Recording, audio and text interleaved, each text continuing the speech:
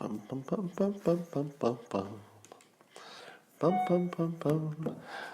All right, I'm not going to take up much of your time. This will be kind of short. But I was just putting on a shirt in my closet, which is not important to the story. I'm just letting people come in here. So I'm going to tell the story like like people are bad at telling stories because I'm stalling until there are more people in here. Well, I was putting on a shirt in my closet. The people who always start with the part that doesn't matter. It was a blue shirt. Couldn't find my good green shirt. I was putting on the shirt in the closet. All right. As soon as there are 3,000 of you here live, I've got to share with you just about the funniest thing I've ever seen. I've been laughing so hard. I've been crying in my closet about this. So apparently, well, we're close enough. So apparently, President Trump was on Dan Bongino's podcast. It must have been last night, and Mark Knoller is tweets this out, and so this is a quote. This is a quote from President Trump when asked about the Joe Biden allegations against him. President Trump said, quote, "I would just say to Joe Biden, just go out and fight it." Says President Trump of sexual assault allegations against a Democrat. Interviewed on Dan Bongino's podcast, President said of Biden, "In a way, you could say I'm sticking up for him."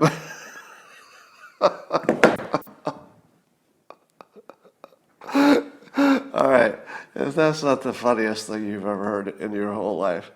Now, let me explain why this is so funny. Because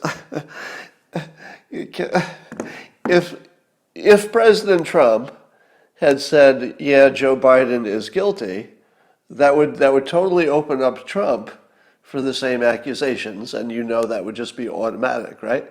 So Trump didn't really have a play to talk about it at all. Because the more he talked about it, the more people would say, "Well, what about you? What about you, President Trump?" So once again, this is like the Rosie. This is very much like the Rosie O'Donnell play.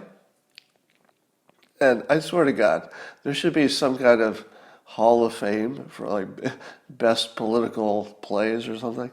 So I remember the Rosie O'Donnell play where he was asked a serious question about incidents with women, and he just moved it over to something that's so ridiculous and so funny that you can't take your eyes away from it because it's so ridiculous. He just said, "No, it's only Rosie O'Donnell."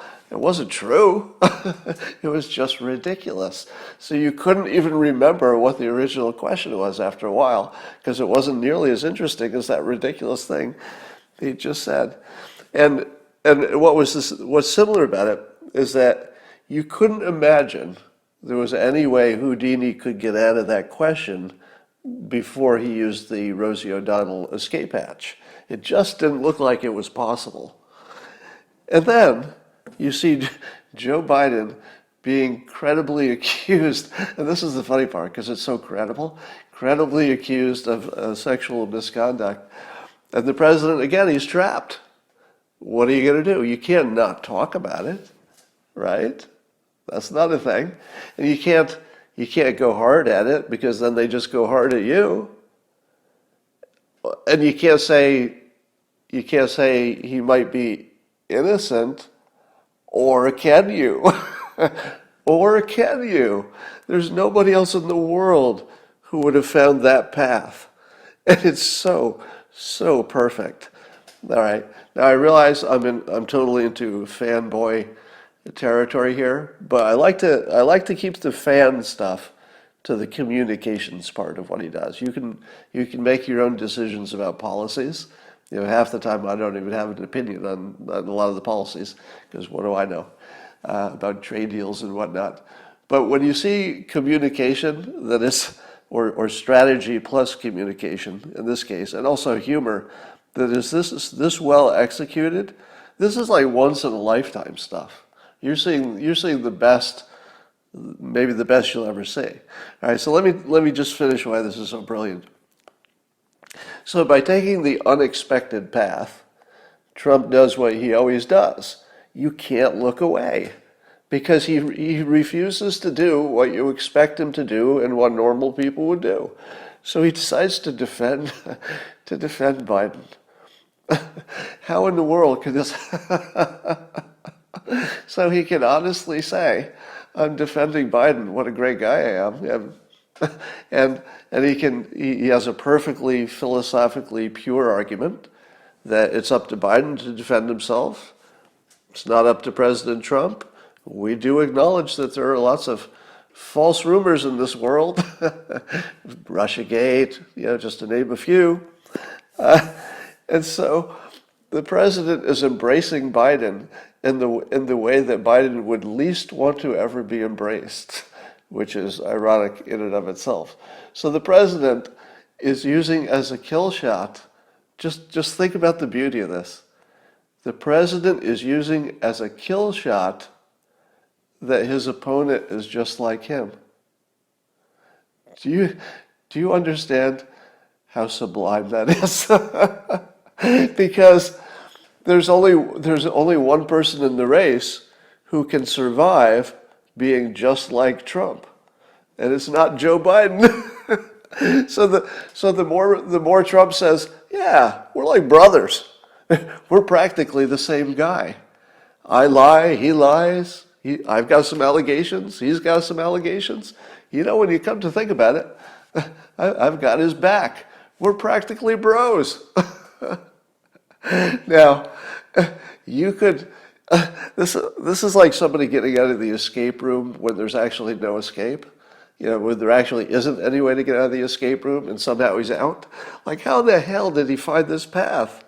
In a million years, if you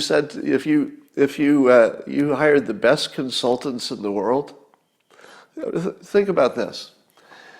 The way you know that this came from him and did not come from an advisor or a paid consultant is that no paid consultant could come up with this plan because it's just too good.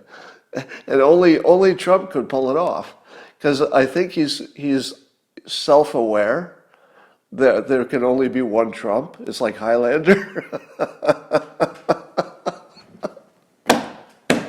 It's like frickin' Highlander. Yeah, there can only be one, and it's not going to be Biden. And this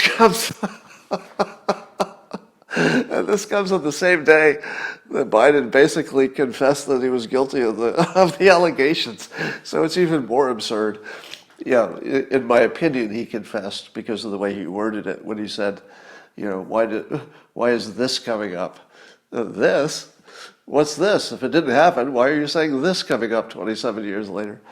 So anyway, that was my opinion that he admitted it, not his opinion. But on a day when it couldn't get any worse for Joe Biden, and the wheels are completely off, he has to have a caretaker sitting next to him to do his live streams from his basement, where I don't know if he's quarantined or they've locked him in there. They should have taken his phone away, because I don't think anybody knows that he's still talking to the world. But on the day that nothing could get worse for Joe Biden, he's being accused of maybe trying to hide the records in Delaware. I mean, really, it couldn't be a worse day. And what does President Trump do? It's like, in a way, I'm kind of defending him.